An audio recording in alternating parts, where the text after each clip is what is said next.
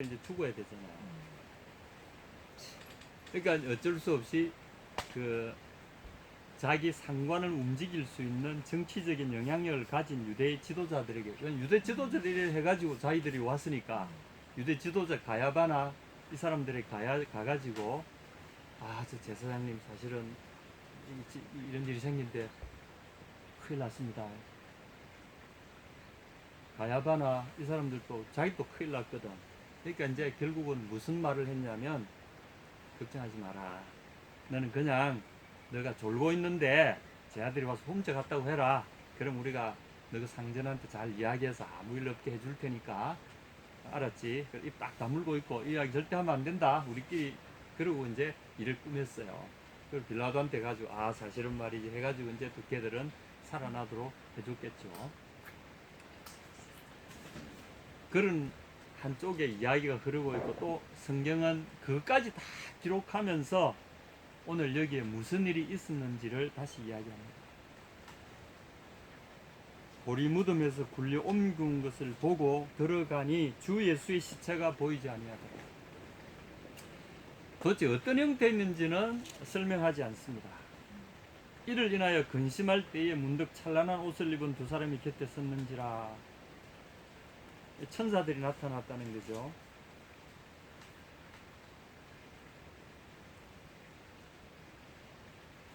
그래서 이제 돌아가서 9절에 무덤에서 돌아가 이 모든 것을 열한 사도와 모든 다른 이에게 보했다. 11절에 사도들은 저희 말이 흩어난 뜻이 되어 믿지 아니하나.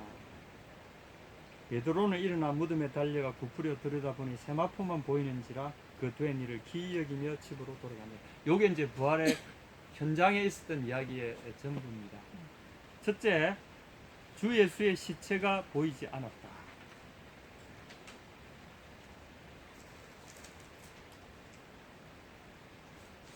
이 여인들이 들어갔다는 거죠. 이 여인들은 보면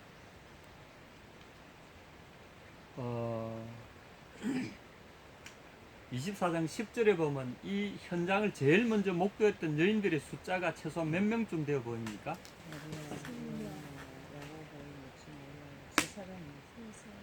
세 사람. 그 다음에 또 저희와 함께한 다른 여자들도 이것을 사도들에게 고하니라. 이게 복수의 여인들이 더 있었다는 거죠. 그 현장에. 그러면 최소한 5명 이상의 여인들이 이 현장을 목도했다는 거죠. 여러분, 굉장히 중요한 이야기입니다. 한두 사람이 하면은 뭐 흙끝을 보았을 수도 있다 이러지만, 적어도 5사람 이상이 보았다, 이거는 부인할 수 없는 사실이죠. 그리고 이 사람들의 행동 자체가 너무나 자연스럽고, 그리고 어떤 굉장히 엄청난 일에 직면한 이 여인들의 행동이 보면 일치하게 움직입니다. 한 방향으로. 어떤 사건이 일어났다는 것을 부인할 수 없을 방향으로 이 여인들의 행동은 일치하게 일어납니다. 그리고 한결같이 이런 일이 있었다라고 증언하고 있습니다. 근데 더 하나 우리가 성경을 보게 되면, 성경은 예수님의 이 부활이라는 걸 해놓고 다 믿었다 이래 하지 않습니다. 어떤 이야기를 조작할 때는 거기에 맞게 딱 이렇게 할 수 있을지 모르지만, 성경은 있는 그대로를 기록한 기록이라는 사실은 11절을 한번 보십시오. 사도들은 저희 말이 뭐라고 되어 있습니까? 믿지 않았다. 이거 재밌지 않습니까? 성경에서 믿어야 되는데 왜 믿지 않죠? 있을 수 없는 일이 됐어. 그렇지. 믿을 수 없는 일이 확실했기 때문에 믿을 수 없었다는 거죠. 이 도대체 말 같은 말을 해야지. 근데 그 여인들이 하는 행동은, 5명 되는 여인들이 하는 행동 일치하게 일이 있었다라고 지금 이야기하는 거죠. 믿을 수 없겠지만 이 일이 있었습니다 라고 이야기합니다. 그런데 그 사건을 직접 보지 않았던 사람들은 일치하게 안 믿었어요. 이게 뭔가 하면 이 사실은 분명히 존재했다는 것을 반증해주는 기록들입니다.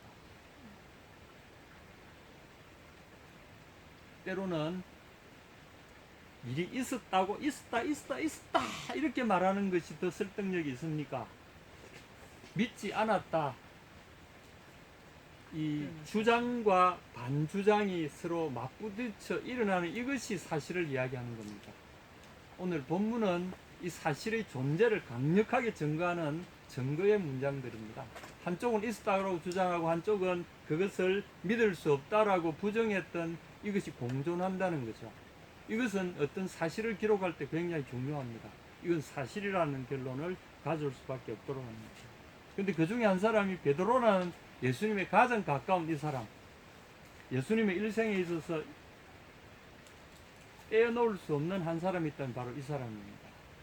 예수님의 죽음의 그 순간까지도 같이 했던 그 사람이죠.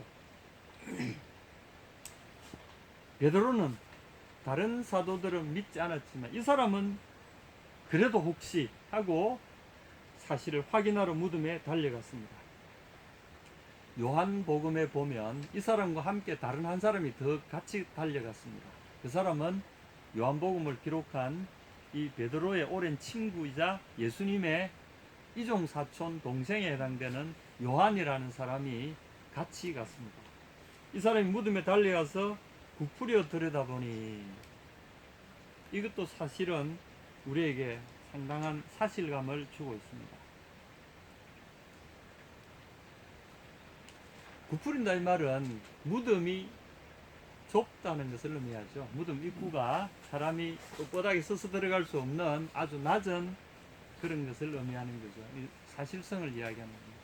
그냥 무덤에 들어가서 보니 이렇게 하지 않고 부풀려서 들여다봤다 이 말은 그 무덤 속에 직접 들어가서 보는 현실성을 우리에게 이야기하는 겁니다.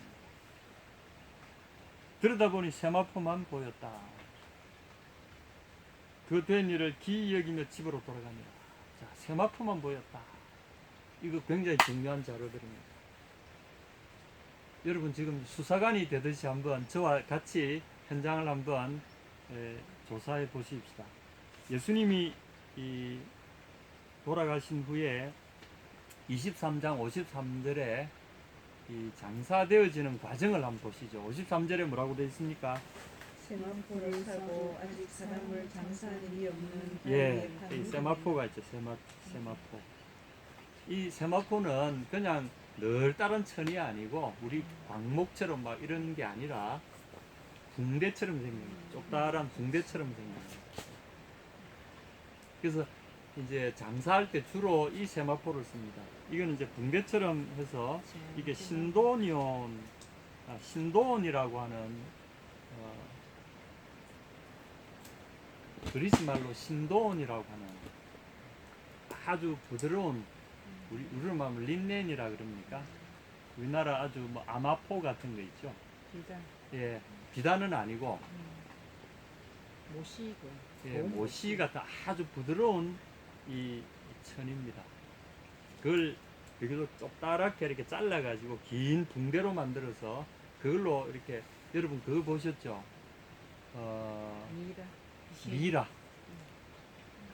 미라를 감싸는 천이 바로 이겁니다. 미라 실물 보신 적 있습니까? 저는 대형 박물관에 한번 갈 일이 있었어요. 한 20몇 년 전에 대형 박물관에 가니까 이집트에서 그 훔쳐온 미라들이 쫙 지하에 가니까 미라관이 있어요. 막 끝도 없이 있어요. 미라들 보면은 미라관이 있고 그 제일 안쪽에 보면 미라가 이렇게 우리로 말하면은 저는 이제 그 세마포를 처음 봤는데 갈색으로 짙은 갈색으로 색깔이 변했지만 아주 직조는 섬찟하게 이렇게 아주 그게 세마포입니다. 시체를 살 때 그리고 이제 거기다가 향품을 가에다 발라가지고 시체에서 흘러나오는 수액이나 이런 것들이 바깥으로 노출되지 않도록 완전히 밀봉해버립니다. 다시 말해서 미라를 이렇게 사람 요래가지고 딱 묶어요. 묶어가지고 이제 몸을 전체를 개별적으로 이렇게 싸기도 하고 그다음에 몸 전체를 감싸고 얼굴은 그냥 수다리온이라 그래서 수건으로 하나의 수건으로 그냥 폭 덮어 싸고 나머지는 다 붕대로 감습니다. 그래서 이 장면을 우리가 잘 봐야 되는데 여러분 저 구글이나 이런 데 들어가서 이미지 검색을 한번 보십시오. 예수님의 부활 또는 뭐 그 딱 하면은 그림들이 쫙 나옵니다. 보면은 무덤 안에 그 무덤이 멋지게 그 돌로 판 무덤이 그려져 있고, 그다음에 이제 막 이불 같은 거 있죠. 막 천이 막 늘려가지고 막 펄럭펄럭거리고 막 그리고 예수님은 그냥 막 이런 그림들이 나오는데 그 다 비성경적이고, 또 어떤 쪽에 보면은 이불처럼 딱 이렇게 개어놓은 이 예수님의 세마포가 이불처럼 딱 개어놓고 예수님은 뭐 이런 그림들이 많이 나옵니다. 그다 엉터리입니다. 그래서 오늘 이게 뭔가 하면 세마포만 보일 때 이 말은 보물처럼. 사랑의 모양. 꽃이다. 이겁니다. 이게 뭔지 아시겠습니까? 이게 이제 그대로 천으로 돌돌돌 싸놓은 거죠. 그래서 입고. 그리고 요한복음에 가보면 요게 그대로 누웠던 데 그대로 있고, 그리고 이 한쪽에 보자기가 이렇게 머리를 쌌던 여기 있어야 될 보자기가 뚝 떨어져가 이렇게 땡글 하고 있어요. 그리고 가만히 보니까 속은 안에 텅 비어 있습니다. 이게 부활절날 있었던 그 무덤 속에 있었던 사건의 본질입니다. 그래서 보니까 여기가 이렇게 머리하고 떨어져 나간 여기 구멍이 딱 생겨 있고, 누에 꼬치처럼 구멍이 딱 생겨 있고, 요게 여기 딱 붙어 있어야 될 요게 뺑그르르 쌓여진 그대로 또 뺑그르르 굴러가지고 한쪽으로 톡 이렇게 돼 있죠. 요게 부활절 그 무덤 속에 일어났던 일입니다. 여러분 이거 처음 보시죠? 이런 광경. 이게 요한복음에 잠깐 한번 보시면 여러분 분명한 이해를 하실 수 있을 겁니다. 성경 보시면서 이런 구절 처음 보시면은 좀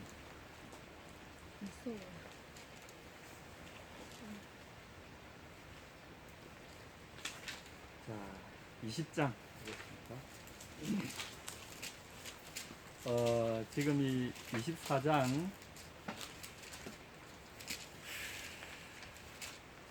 여인들도 예수님의 시체를 보지 못했다고 그랬어요. 베드로는 단청 세마포만 보이고 예수님은 못 봤다 이랬어요. 그래서 한 번 더 우리가 보겠습니다.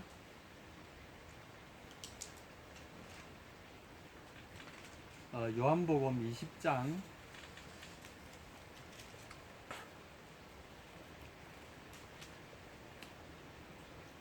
1절에서 7절까지 읽어보겠습니다. 시작.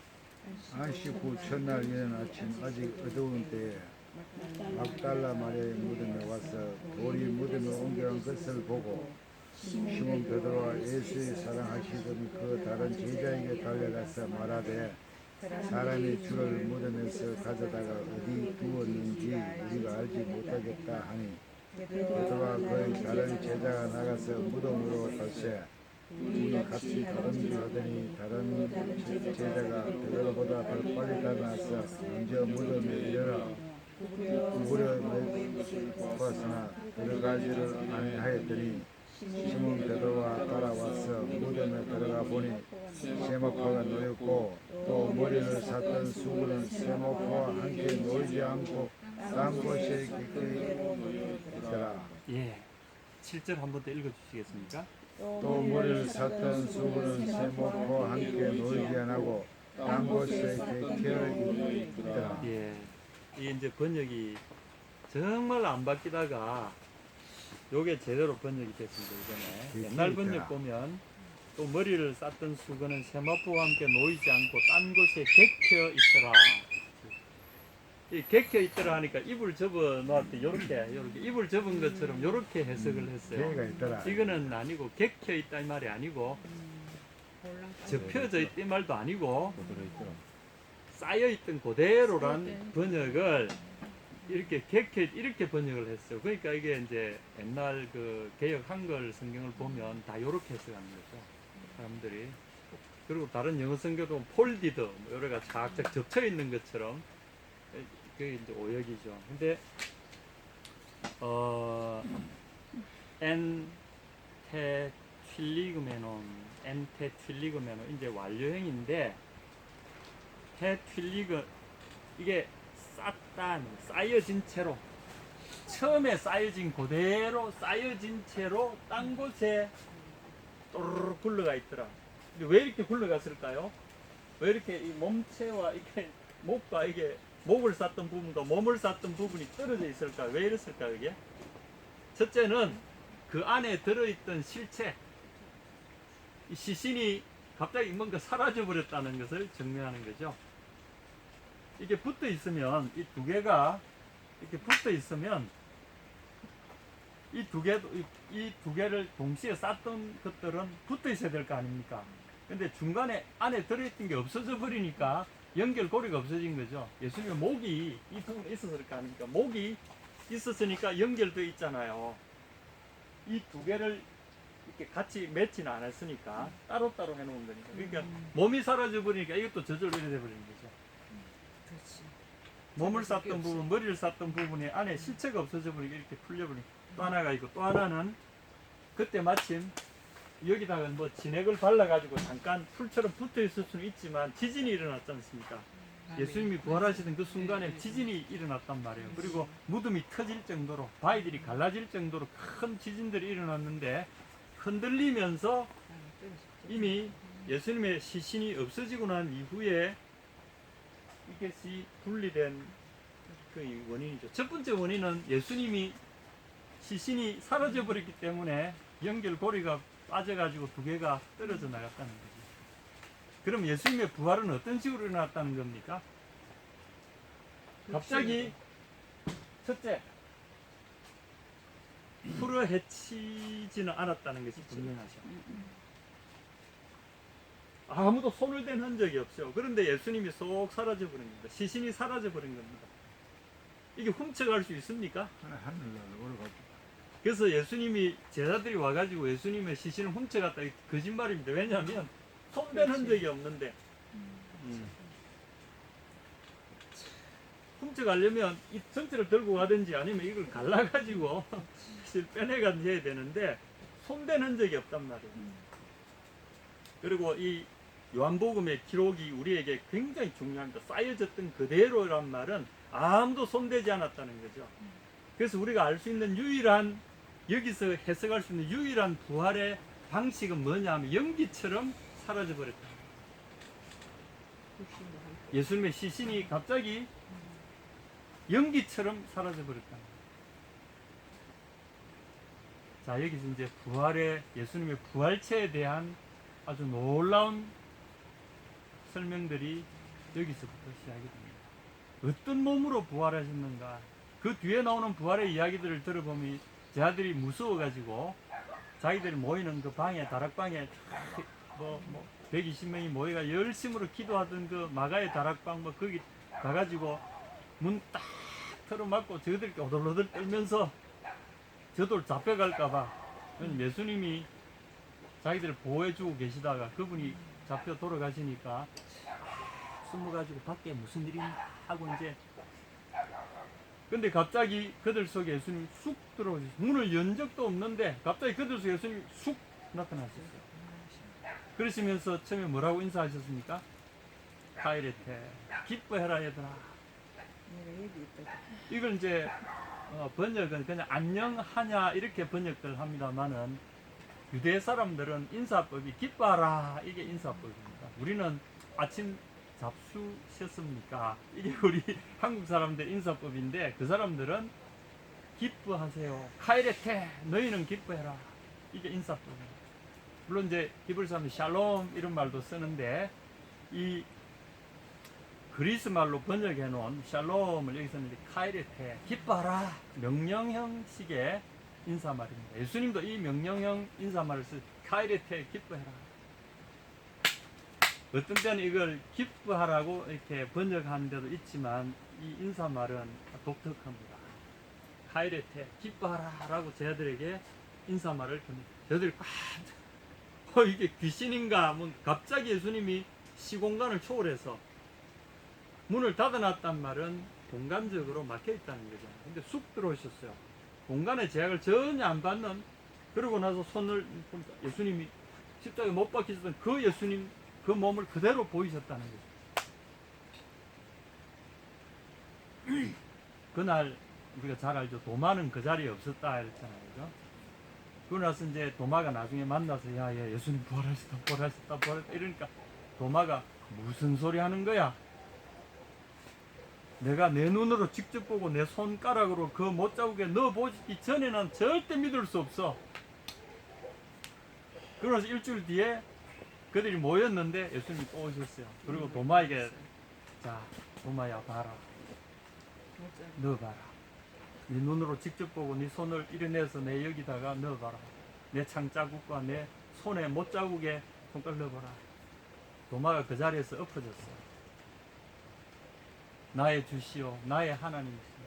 당신은 나의 여호와시오, 나의 엘로힘이십니다. 흙 엎드렸어요. 그 예수님이 너는 나를 본고로 믿느냐? 보지 못하고 믿는 자들은 복되도다. 그리고 하나님이 우리에게 이렇게 믿을 만한 충분한 증거의 기록들을 성경 속에 남겨놓으신 거예요. 여러분 어떻습니까? 그러고 나서 예수님은 엠마오로 가는 두 제자에게 또 나타나셨어요. 오늘 읽은 누가복음 이 기록 바로 다음에 베드로가 이상하다 그러고 돌아가고 나서 또 있었던 이 엠마오로 가는 두 제자의 이야기가 또 이어나옵니다. 어떻게 됩니까? 중간에 그들이 이거 우리가 소망을 품었던 그 선지자가 돌아가셨으니 이제 어떻게 되는 거야? 그리고 그들이 꿈을 품고 상경했다가 그 꿈에 선지자가 허무하게 잡혀 죽으시는 그걸 보고는 모든 꿈을 접고 고향으로 다시 내려가는 그런지도 모르겠습니다. 그래서 두 사람이 너무 괴로워서 우리는 이 사람이 우리 민족을 구원할 약속의 메시아인 줄 알았는데 세상에 이럴 수가 있나. 그러고 가는데 흐름하게 입은 한 분이 그들 곁에서 길을 동행하기 시작합니다. 같은 길을 가게 되니까 그분이 이 사람들에게 먼저 말을 걸어옵니다. 당신들 지금 그렇게 하는 이야기가 무슨 이야기를 하고 있어요? 아니, 당신은 예루살렘에 있는 최근에 되어진 일을 당신만 모르고 있는 것 같으네. 이러면서 이제 예수님의 그 죽으심에 대한 이야기를 쭉 이야기합니다. 그러고 나서 이상한 일은 말이죠. 그렇게 돌아가셨는데 또 우리 중에 몇 사람 여자들이 와서 또 그분이 또 살았다고 말하기도 하고 뭐가 뭔지 모르겠어요. 어쨌거나 그분 돌아가셨고 이런다 끝났는데 뭐가 이렇게 시끄럽네요. 어째 이 예를 당신만 몰라요. 우린 다 아는데. 그러니까 그분이 그래요? 그러면서 메시아가 와서 어떻게 고난을 받고 어떻게 제3일에 살아나야 될 거라는 성경 이야기를 그때부터 쭉 합니다. 근데 이분이 성경 이야기를 막 해주는데 이 사람들이 걸어가다가 들으니까 속에서 막 불이 일어나는 것 같아. 성경에 눈이 떠여지면서 그래 맞아 막 오늘 이 성경을 다시 6월절에 맞춰서 돌아가시고 초실절날 그분이 살아나시고 그리고 그분이 이런 모습으로 무덤 속에서 사라져 버리시고 이상한 일들이 막 일어나기 시작했다는 것을 기억하기. 오늘 우리가 이것을 기억하면서 이 두 제자의 그 마음처럼 우리도 똑같은 지금 현상에 처하고 있는 겁니다. 우리 눈에 안 보이지만 시공을 초월해서 그분이 쑥 나타났다가 그래서 이 사람들이 안 되겠다. 이 손님은 뭐가 아시는 것 같다. 우리의 이 혼란한 마음을 정리할 수 있는 뭔가 단서를 지금 제공하시는 것 같은데 여보게 이야기 좀 더 이분 좀 모시고 이야기를 좀 밤새워서 이야기를 좀 더 들었으면 좋겠네 하고는 날이 어두우니까 주막으로 이분을 모시고 갔어요. 선생님 가지 마시고 우리랑 같이 여기서 유숙하시면서 밤새도록 좀 깊이 좀 이야기합시다. 뭔가 좀 정리가 돼야 되겠습니다. 그래서 그분을 억지로 끌고 여관으로 들어갔어요. 일단 먹어야 될 거 아닙니까? 씻고 나서 여관에 앉아가 테이블에 앉아서 이제 먹으려고 식사가 나왔습니다. 빵이 나오고 근데 그분이 갑자기 빵을 들더니 빵을 들고 축복 기도를 하기 시작합니다. 근데 이 사람들이 제자들의 눈이 떡을 들고 기도한 분을 자세히 보니까 예수님. 바로 그 예수님이야. 그래서 이 사람들 너무 놀라서 이러고 있는 사이에 예수님이 그들에게 싹 사라져 버렸어요. 이게 엠마오로 가는 두 제자의 겪었던 이야기입니다. 갑자기 나타나셨다가 그들이 알아보지 못하는 모습으로 나타나셨다가 어느 순간 기도하시는 모습 보니까 그때야 그들의 눈이 열려서 그분을 알아보는데 그때 이미 예수님이 그들의 시야에서 사라져 버리셨습니다. 그리고 그 이후에 또 예수님이 또 나타나셨는데 제 아들과 함께 오셔서 이제 떡을 주시죠. 그리고 제 아들이 정말 살아난 게 맞나 싶어가지고 예수님께 떡을 드려봤어요. 떡을 다 드세요. 떡을 드시기도 하고 문을 지나서 그냥 석 나오시기도 하고 자기가 당신이 다른 사람에게 보이고 싶으실 때는 자신이 다른 사람의 눈에 보이기도 하고 원치 않으시면 사라져 버리시기도 하고 부활의 몸이 바로 이런 겁니다. 여러분 이걸 잘 기억하십시오. 예수님의 부활의 몸은 시공을 초월한 이걸 우리는 영체라고 부릅니다. 부활체. 다시는 시간과 공간의 지배를 받지 않는 영원한 생명의 본체가 주님 부활을 통해서 우리에게 증거해 주십니다. 부활절은 이 사건을 기념하는 날이기도 하면서 이 사건이 일어났던 그 날입니다. 성경은 우리에게 이것을 이야기해 주고 있습니다. 그리고 나서 모든 가치가 바뀌기 시작합니다. 그리고 나서 구약이 해석이 되기 시작합니다. 오늘 한번 구약의 그 장면을 한번 보도록 하겠습니다. 여러분 이사야 25장 이사야 한 분은 이사야 25장 8절 한 분은 26장 19절 두 구절을 찾아주시면 됩니다. 이쪽 그룹들은 25장 8절을 찾아주시고 이쪽 그룹은 26장 19절을 찾아주시기 바랍니다.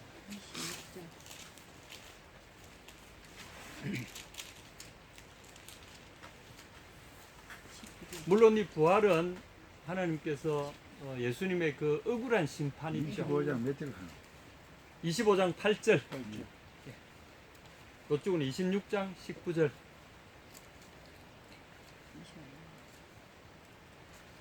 예수님의 부활은 여러 가지 의미를 갖습니다만은 예수님의 그 잘못된 심판, 이스라엘 종교 지도자들과 그리고 로마의 위정자들이 예수님을 억지로 죄를 뒤집어 씌워서 죽이게 만든 그 심판이 그들의 행위가 잘못됐다는 것을 부활을 통해서 증명해 주신 것이기도 하지만 그 이상의 의미를 갖습니다.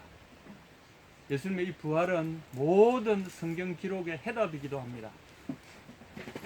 오늘 그것을 보겠습니다. 먼저 25장부터 읽으시겠습니까? 시작. 사망을 영원히 멸하실 것이라. 주 여호와께서 모든 얼굴에서 눈물을 씻기시며 그 백성의 수치와 온 천하에서 제하시니라. 여호와께서 이같이 말씀하셨으며. 아멘. 7절부터 보게 되면 이렇습니다.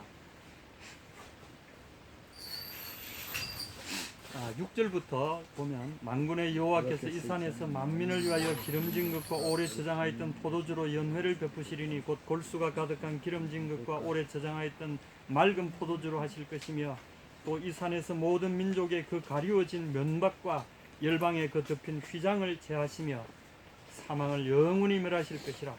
주 여호와께서 모든 얼굴에서 눈물을 씻기시며 그 백성의 수치를 온 천하에서 제하시리라. 여호와께서 이같이 말씀하셨느니라. 사망을 영원히 멸하시리라. 이 구약의 위대한 예언 중에 하나입니다. 사망을 영원히 멸하시리라.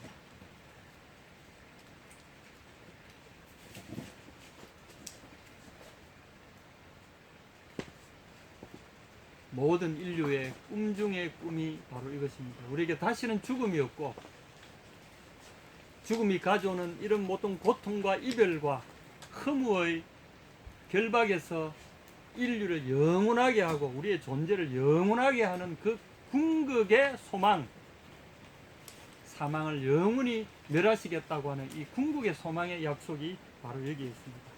사망을 영원히 멸할 것이다. 여기서 멸한다 이 말은 삼켜버린다 그런 뜻입니다. 그래서 이 그리스 말로 우리 고린도 전서에도 나오는 말입니다. 사망이 이김에 삼킨 바 되리라. 이렇게 번역도 합니다만은 여기서 보면 사망을 삼켜버린다. 삼켜버린다 이 말은 강자가 약한 자를 이 동물의 세계에서 삼켜버린다. 그런 의미를 갖는 겁니다. 그래서 이긴다는 의미는 그 사자가 다른 동물을 삼켜버려서 이기듯이 존재를 완전히 멸해버리고 없애버릴 때 이 히브리적인 표현이죠. 삼키는 것을 멸한다 또는 궁극적인 완벽한 승리를 이룬다라고 표현할 때 삼켜버린다. 이렇게. 그래서 사망이 이김의 삼킨 바 되리라고 기록한 성경이 응하리라. 사도 바울께서는 바로 예수님의 부활을 이 구절에 이 성취로 본 거죠. 사망을 영원히 내가 먹어버렸다. 그래서 십자가의 이 부활, 예수님의 부활은 사망으로부터 영원한 승리, 생명의 승리, 이제 그렇게 보는 거죠. 그리고 사망이 우리에게 준 이 인류 최고의 고통과 두려움, 에덴 동산에서부터 인류가 하나님으로부터 죄로 말미암아 하나님 것 분리된 이후로 오는 모든 죄악과 고통이 이 죄 때문이잖아요. 죄고 죄의 최후의 권능은 이 죽음이잖아요. 죽음은 우리가 죄에 노예되어 있다는 것을 이야기하는 거죠. 그런데 예수님의 이 살아나신 것은 사망이란 존재를 없애버리셨다는 거죠. 어마어마한 거죠. 그걸 더 구체적으로 설명한 것이 이사야 26장 19절입니다. 같이 한번 읽어보시겠습니다. 오늘 주님이 성취하신 이 예언을 다시 한번 같이 읽어보겠습니다. 시작. 주의 죽은 자들은 살아나고 우리의 시체들은 일어나리이다. 티끌에 거하는 자들아 너희는 깨어 노래하라. 주의 이슬은 빛난 이슬이니 땅이 죽은 자를 내어 놓으리로다. 아멘. 이 말씀 그대로입니다.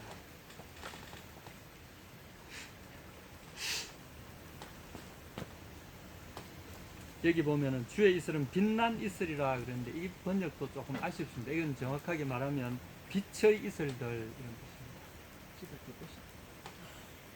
주님의 빛의 이슬들이 우리에게 임할 때 우리가 여기 보면은 주의 죽은 자들은 살아나고 당신의 죽은 자들 이흐유 그들은 살 것입니다. 메테카 당신의 죽은 자들 다시 당신 하나님입니다. 하나님의 죽은 자 주 안에서 죽은 자들 그 말이죠. 당신의 죽은 자들은